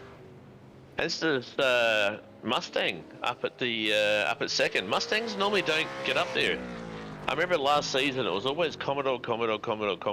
Yep. And now the Mustangs are up there. I don't know if that's because of driver choice or whether they've made the Mustang better or. But they're the same. That's the thing. They're the same. Literally they're the same. In the thing digital with world. A cosmetic difference, really. And slight aero difference in the real. Let's be real. In the real world, a slight aero difference because everything else is pretty much bang on, right? But in the sim, they're identical. Zeros and ones, digitally identical. You reckon there's a aero difference between the two in the sim? Nah. Because there is a little bit difference in shape. Maybe they've calculated that. I don't reckon they have. I reckon they're too lazy to do that. you know computer programmers very well, don't you? Yes, I do. I reckon for the fact of balance of power, they've just gone, let's just copy all the physics, dynamics, all of that from one car to the other, bang, done. Doesn't matter what the car looks like. It could be a box out there. I know in R Factor 2 when the skins don't appear, you call them the floating condoms or whatever they are. They just have a skin with no paint, no windows. They could be a box out there. They would still drive exactly the same as each other. Yeah, look, I'm not going to argue with that. Well, the fact is the whole rear assembly and wing can come off the car, and the cars still drive just the same. So, Oh yeah, I've seen you know, both the Commodore and the Mustang with the boot removed, and they're doing fine. Yeah. So I think with this particular car, let's say this particular car, it doesn't make a lot of difference. No, but we off the track there. John King was the position. We're into the last 2 laps, so we've got a lap and 3/4 to go. The gap's 4 seconds, Roo. It's going to get close. What was the difference on the last lap? It was still about 4 or 5 seconds difference in the favour of Jason Bence, wasn't it? So, yeah, he's going to be on him for the final lap. We're going to see, in the background you can see Bence sliding the tyres. He's going to be on him for the last lap. So it's going to come down to whether or not Anthony Visma can withstand the pressure. And also, I wonder if Jason Bence is smart enough just to hold back until that last big long stretch before the start finish and just make his move there. Well, what is he now? He's getting real close. So he was 4 seconds when we mentioned it last time, which is only a lap ago. Oh, it's 1.7 now. Yep. This is happening. I think Bence is he's going to contend. I don't know how hard it is to pass around half this track. I can't imagine it being easy. So I imagine he'll catch up to Visma, but then obviously he's going to pass. But we do have that massive straight right at the end towards the back there that he's got that opportunity. Yeah, this will be interesting. So Anthony would have known this moment was coming, that's for sure. But he'd still be hoping that somehow he can hang on for a win here. Yeah, and I mean, where are we? I reckon Favell might get in on this action as well. If he might just be able to get in on this action if it bunches up a little bit. He was 9/10 slower on the last lap though, Greg. He just doesn't seem to have that little extra bit that Jason does. Yeah, well, I think Bence is he's focused now. I mean, he's seeing. I mean, look at the difference here. I mean, he can see it. So once he can see it, and we're now an hour and 20 into this race, and Damien has got nothing in front of him. He's only got his own brain, and he's just got himself to worry about. Anthony, that is, because Damien's just has just escaped himself to the pits, which has thrown our timing screen out completely. Oh, really? Something they're not meant to do is escape themselves to the pits. So he might have done that in frustration. But what it means, we're going to have blank timing until they cross the start-finish line in about half a lap's time, I think it will take to catch up. So it's well and truly my timing up. Me too, because I'm commentating on this timing right in front of me. So let's just throw that away. And so Cairns is out. Visma well, and look at Bence here. Yeah, this is happening. Look how close he is. We'll jump on board here. We may as well take the timing down because it's not going to show us much for the next half a lap. Nah. All right, we've got it going on. So Visma, look, he's going to be watching his reviews by now. That's on the rev limiter there as well, by the sounds of it. Incredible. Yeah. So he's going to get pressured here, and we're coming up to the carousel. We're coming up to the windy section, so Visma might have a little bit of relief here because it's going to be hard to pass in the next maybe third of a lap, and unless you're really daring. But after an hour and 22 minutes here, you don't want to be pushing the envelope too much here. a big snap in the front end for Benson to let go. And he caught it very quickly, but he dropped back instantly about 0.7 of a second with that moment. That probably gave him a fright. Oh, yeah. And, he's clearly faster, but, here we go. He's caught up to him now, and let's see him try and get around, because it's actually going to be difficult. If Visma knows what he's doing on car placement, he's going to make it very hard for Bence. Bence's only Visma makes a mistake, and he's going to get through. There you go. So he gets through. Under pressure. Yeah, he comes under pressure. So Bence leads. He had his eyes on the rear view mirror instead of front of him. That's pretty much what was going on there.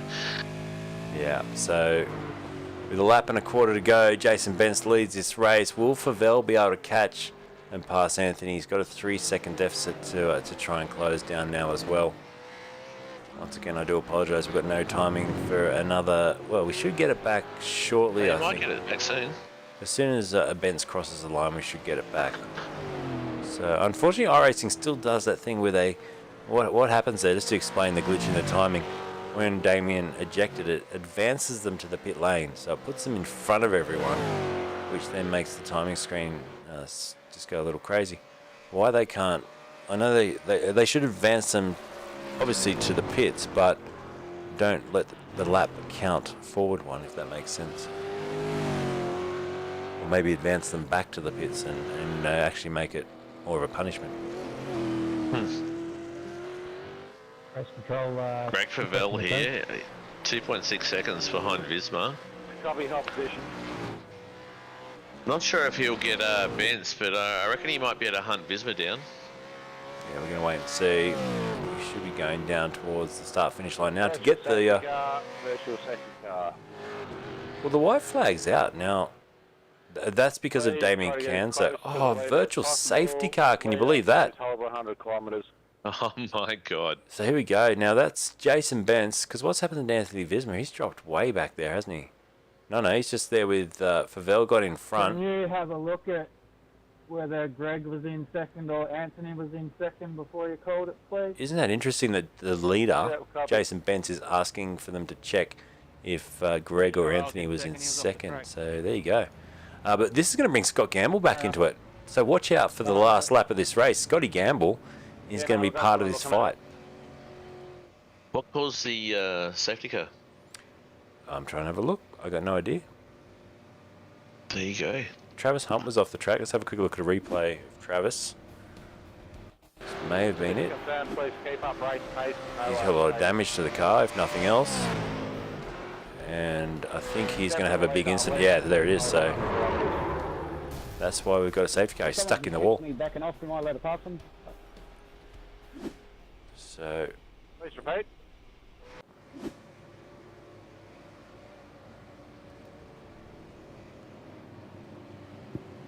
And I'm just looking at the timing here.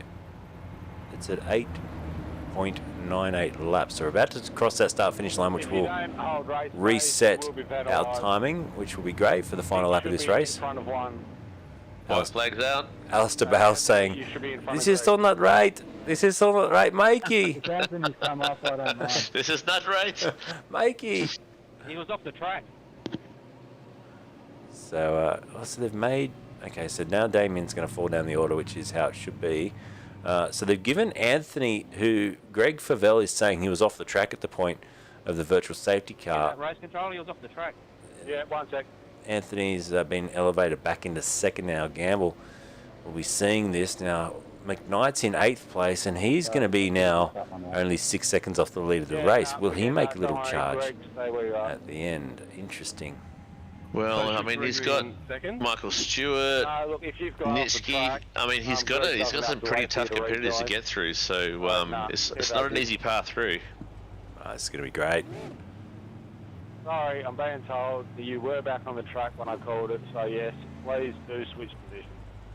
Well, so first position. Yeah, copy. Do the old switcheroo. Hmm. Do they name the switcheroo after Uru? I hope so. I can only hope. Here we go, right. So, one lap around the Nordschleife to decide the winner of this round 10 of the V8 Vets race. And they, there's a lot of chat going on, a lot of back and forth. Oh, yeah. Well, it's all coming down to the wire. I mean, let's have a look at the actual stats. We've got Scotty Gamble at 1,500. Where's Greg Sharp? He's not in it. Nitschke's in it though. He's 1,300, and he's starting to push up in 6th place. Yep. So you know they're all hungry for points here because what have we got? Three races left. 2, and you can't drop around after this round. Oh, yeah, this including so two after. So it all matters. Yep. And we're away. We are away. Back to green flag racing with just on 9/10 of a lap to go. So Oh, we're racing. Jason Bent's got a good restart there. Jumped ahead by about 0.7 of a second. Man, it's tight in behind as well. Look at this. McKnight trying to chase down Stewart. Nitschke's in there as well. There's drivers that are, like you said, Roo, they've got championships on the line now at the late part of the season, and they don't want to ruin this final part of what's been a good race. The fact that they've made it this far in already, an hour and 25 minutes into a race around the Nordschleife, incredible. I didn't predict that they'd be able to go this far, to be honest with you. No. And to be fair, like the people that are doing well in the season, they need to do a little quick calculation and go, right, who's in front of me? Are they in contention of the season? If not, let them go. Just don't fight them. Let them have their day. Bank some points, and like, you know, put some more points in for the season championship. Sure, yeah. It's coming down to the wire. 8/10, so Benz has flown off into the distance here, but you know, in the back of my head, it's still such a risk to throw everything at it. You could still wall this on the final lap of this race. You wall it anywhere. I mean, that's what the Nordschleife is all about. Like, how many YouTube videos have you seen of someone's going, oh, idiot on Nordschleife, I thought he could be cool around this corner. Yeah. And put it in the wall. We've got a bit of smoke in the background. Jeff Thomas in the fence. Yeah, Jeff Thomas did just put it in the wall. He's now coming back along as Dino goes through. Haven't even seen a lot of Dean Favell tonight. We should just give him a quick mention. There he is, the Dino machine. In the beautiful black and green Ford Mustang. But yeah, at the front, let's just stay with it now to the end of this race, because Benz leads by 1.2. Visma back in third, trying to hang on after that great strategy and a bit of good luck as well. Can he hang on for a podium, or will Scott Gamble do something about this? Scott Gamble ready to pounce. Here he goes.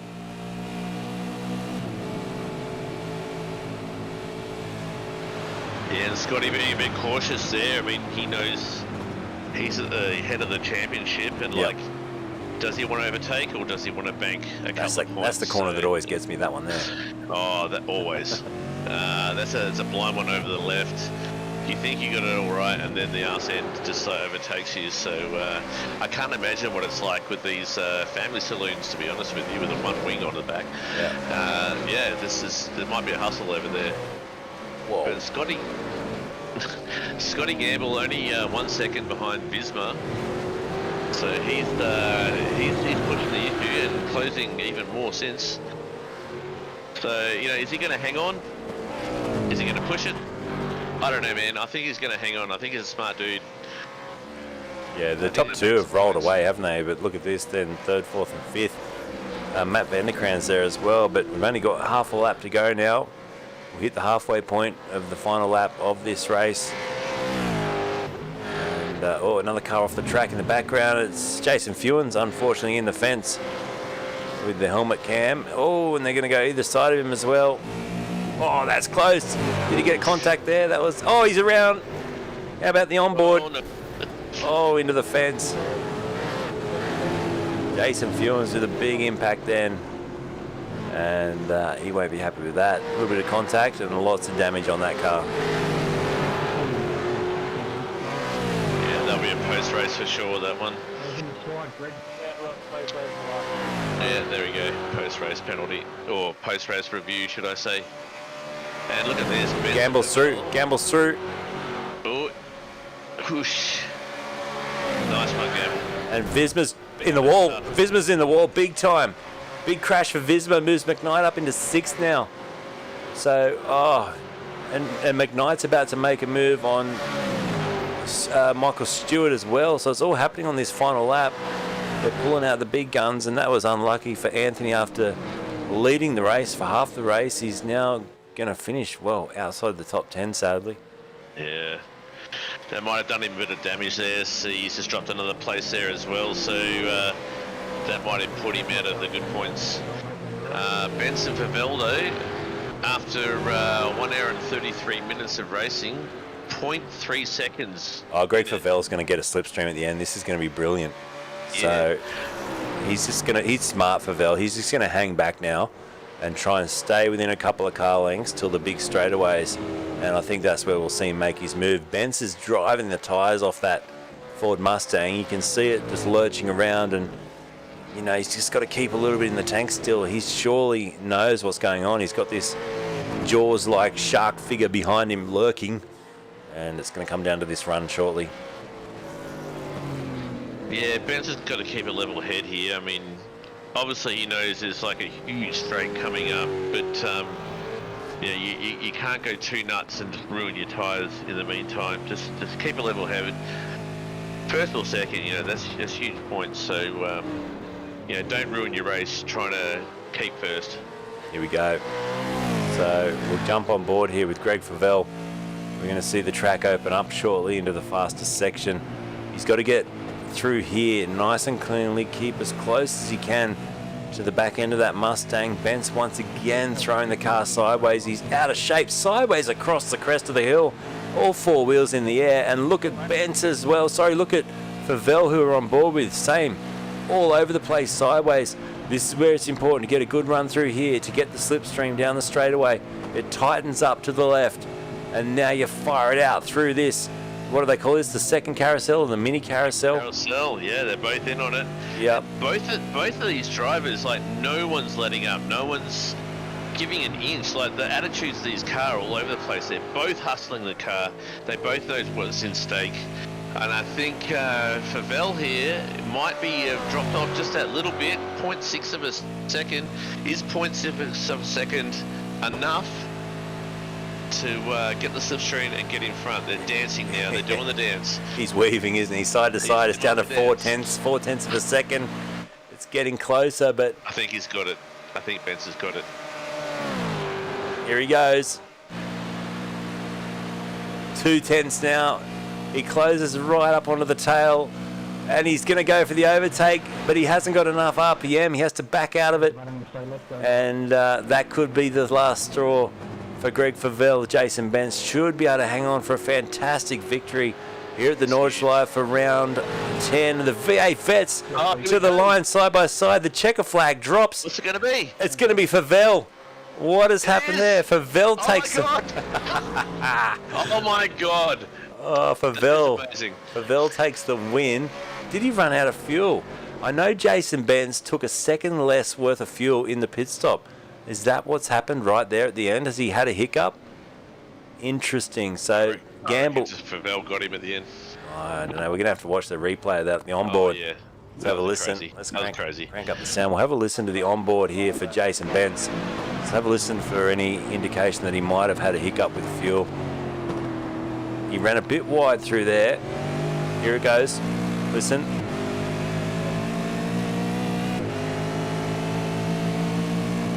No. It was just a better exit.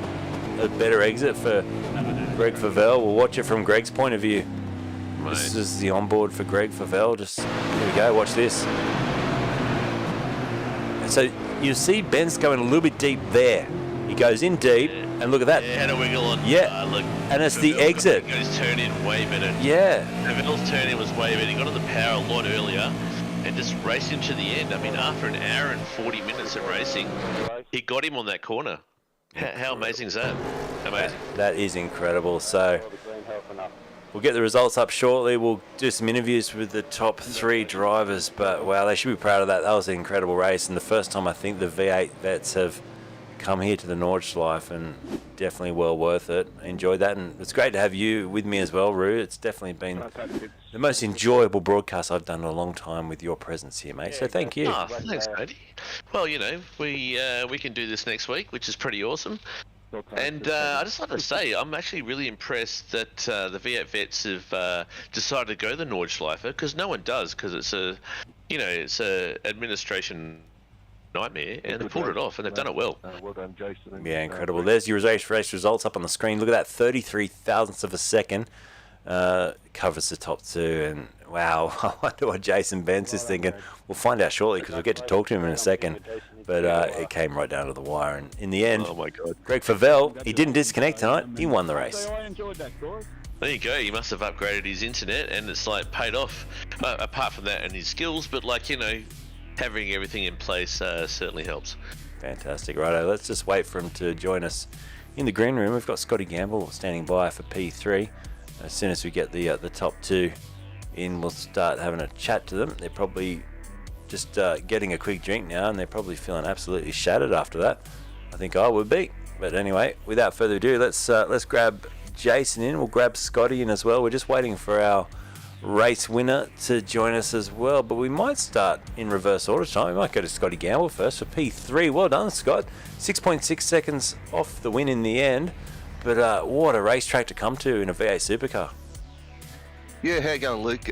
Absolutely, mate. It is a cracking track to race, but maybe not so much in the V8s. But yeah, hell of a race, and we just had to stick at it and try and stay there. We knew both Greg and Jason were faster than us around here, but we just tried to keep it clean and stay up there, you know, get around the track.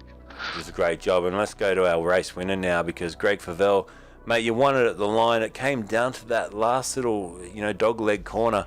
And did you see Jason go a little bit deep? Did you know at that moment that you're going to get a better run and obviously the win? Yeah, I knew I had a better run out of there than Jason, but sorry, Jason, you deserve that win, mate, but I had to go for it in the end, so yeah, I'm unlucky. Jason, talk us through your race, mate, because you had to obviously chase down Anthony for the majority of that final part, and then virtual safety car at the end. A bit hard on you when you see that come out as well. Yeah, what do you do? I feel a little robbed, really, but well done to Greg. It was a good battle. Yeah, I would have done the same thing. Just shame that last safety car come out. Felt like I did the work bridging that gap and pulled a gap on Greg at the same time, and thought the last lap was just going to be a nice and steady one. Wasn't to be. Oh well. Well done to Scott as well on P3. Yeah, well done to our top. I know how you feel. I've had that happen plenty of times, unfortunately, so yeah, unlucky. Well, it's good to come here. It was a great race. I was joined by Roo. Anything you want to ask him, Roo, before we go to some thank yous? Yeah, I mean, Jason, did you think you were going to, you think it was clean sailing after that really cool pit stop, or did you, do you think it was going to come down the wire like that? I wasn't too sure, unless the safety car come out, but I thought, we were nearly starting the last lap, so I didn't think it had come out, but it did. But yeah, but from that point on, it was pretty quiet from everybody. Like, it was a bit messy in the first couple of laps, I think, but after that, everyone set into their groove, and yeah, it was just, you race against the track, you don't race against the drivers, but... That's it. It was awesome to watch the airborne moments, both of you at the top two there, Greg and Jason, were just watching the way the cars were dancing into the braking zones sideways and the correction, and you guys must be exhausted, so thank you for the entertainment tonight. It's so good to watch. Let's do thank yous. Greg, first of all, our race winner tonight for Taipan eSports. Who would you like to thank, man? Yeah, congratulations, Jason and Scott on the podiums. We'll thank Blacktown Mazda, Blacktown City GWM Havau, Too Easy Finance, SimRig, SimSpec Engineering, CardFX and Sideways Photography. All the guys behind the scenes at V8 Supercar, and yourself, Luke, for the fantastic broadcast. Well done, mate. Great win tonight. Jason, P2 for XCM. Who would you like to thank, mate? Yourself for doing the broadcast, Taipan eSports, TaipanEvents, and all the crew behind the scenes that run the show. Shout out to all the guys from XCM and Wheelie Bins. Good on you, mate. Good to see you up there representing the bins tonight. Wheelie Bins, fantastic series out there on iRacing as well. Scotty, finally tonight, up 3 spots from where you started. Who would you like to thank for Evolution Racing Team? Yeah, I'd like to thank the guys at Evolution Racing. We've got 4 of us in the top split, and without their help and support, it just definitely wouldn't be where we are, so big thanks to them. A thank you to Logitech G, Aether and Harvey Norman, and also out to the drivers. You guys are what make this league, so thank you. It's one of the best leagues around and really enjoyed, and thanks to yourself too, Luke, and well done, Greg and Jason. Awesome. Cheers, Scott. I'd just like to also thank my new internet provider too. I made it for a race, so thanks for those. Are you going Nice to work. give him a shout out or what? Who is it? Yeah, Aussie Broadband. I swapped over to Aussie Broadband, got myself a new modem, kicked the kids off the internet. So good. It seemed to work. Excellent, man. Well, it was good to have you for the full race tonight instead of 3/4 of a race and then seeing you disappear. So well done. Well done, Aussie Broadband as well. Thanks, boys. That was your top 3. Greg Favell, Jason Benson, Scott Gamble having a chat after the race tonight. Congratulations. Cheers, Luke. All right, Roo. Well, that's it for tonight, man. Thank you for joining me in the comm box. It was awesome to have you here, and You know, I was worried coming to the Nordschleife that it might be a snoozer, like I said to you, but that was one of the best races I think I've called for the vets. So could have done it without you, though. It was great to have you in the box, and mate, hopefully we can do it again soon. Absolutely. Yeah, well, I've already scheduled for next week, so I'm pretty happy about that. And yeah, this was a great race. Again, I thought it might be a snooze fest, but it ended up being quite an awesome race. So next week, do you know where we're off to next week? Have you looked at the thing?